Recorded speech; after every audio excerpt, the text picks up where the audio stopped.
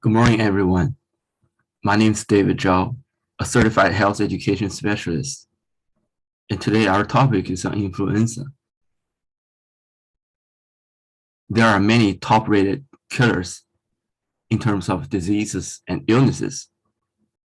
Among them, there's influenza, which is often overlooked. Each year in the United States, millions of individuals are being hospitalized due to it, and thousands of them die from this disease. Now, let's take a closer look.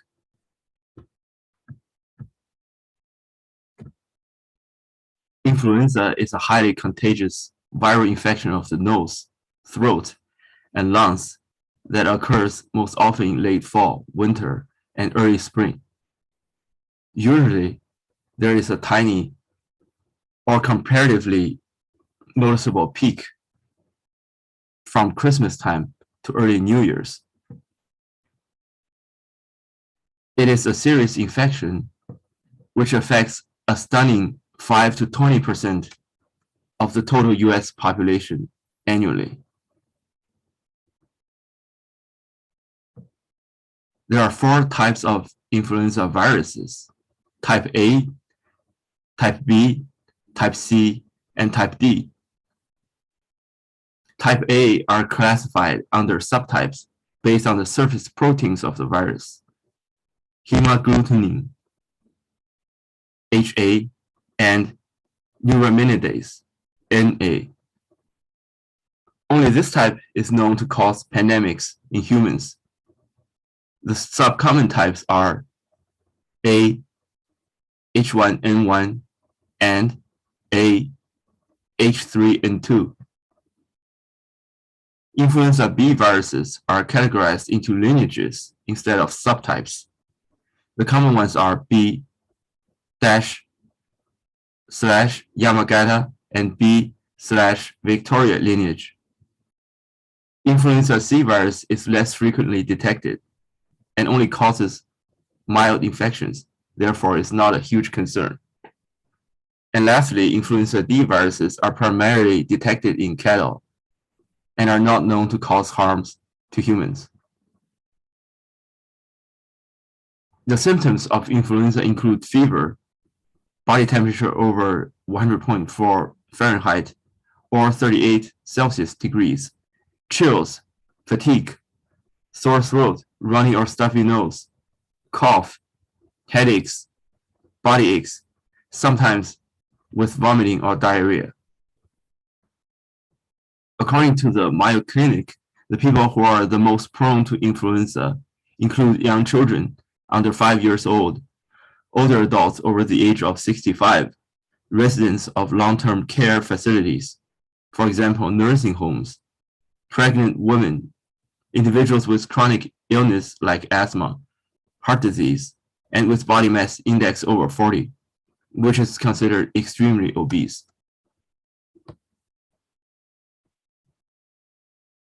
Nationally, in the United States, according to the Centers for Disease Control and Prevention, approximately 900,000 people were hospitalized during the 2017 to 2018 season.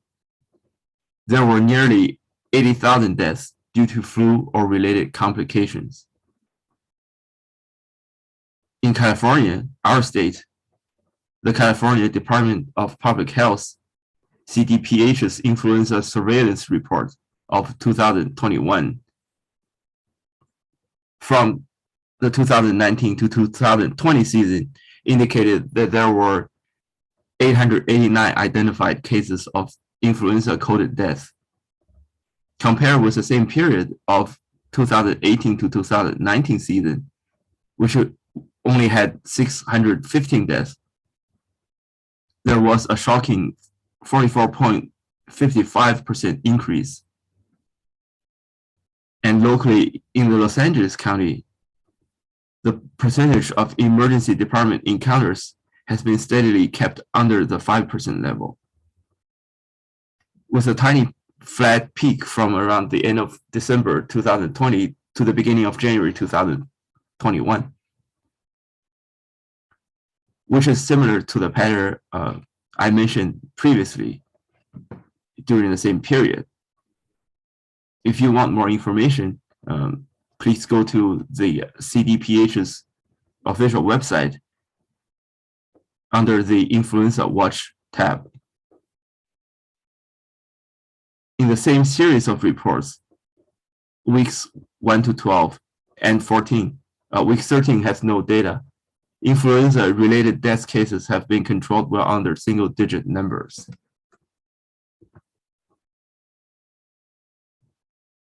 During the H1N1 outbreak in 2009, scientists were using the method called rapid influenza diagnostic test, in short, RIDT, and its accuracy ranges from 95 to 99%, which is comparatively high. And the scientists Hauser and Several, in their 2016 paper, discovered that it seems that all the available vaccines are less successful in older age groups. We are talking about people over the age of 65.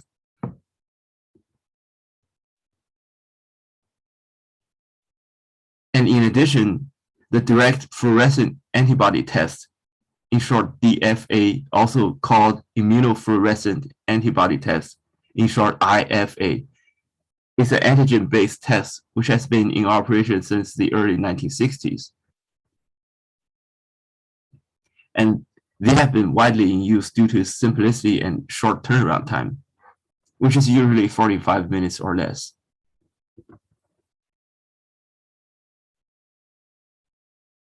Vermeulen et al.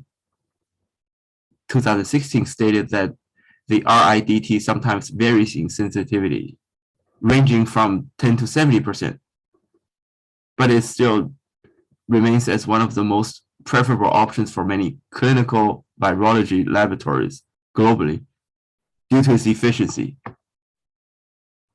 Like I previously mentioned, the entire procedure could be completed in 45 minutes or less. Hoff, Klein, and Pedersen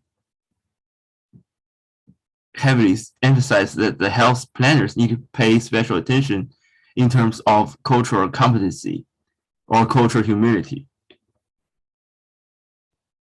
Because in their quote, the groups and subgroups diversity in history, cultural practices, including health beliefs and practices, language, social economic status, and generational differences. Each subgroup, for example, may represent varying degrees of acculturation, which means adhering to foreign culture as immigrants, and assimilation in its current country of residence.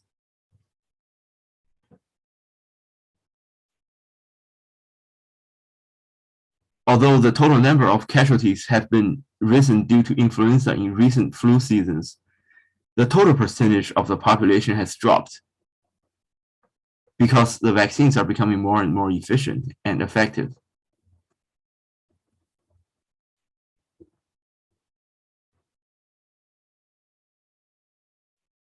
In conclusion, the various influenza viruses are mutating every season.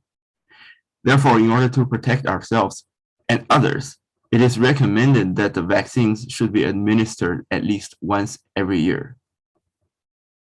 Sometimes the overuse of technical jargons in combination with the low health literacy of target populations and or groups make it impossible for the information to successfully reach across the intended audiences.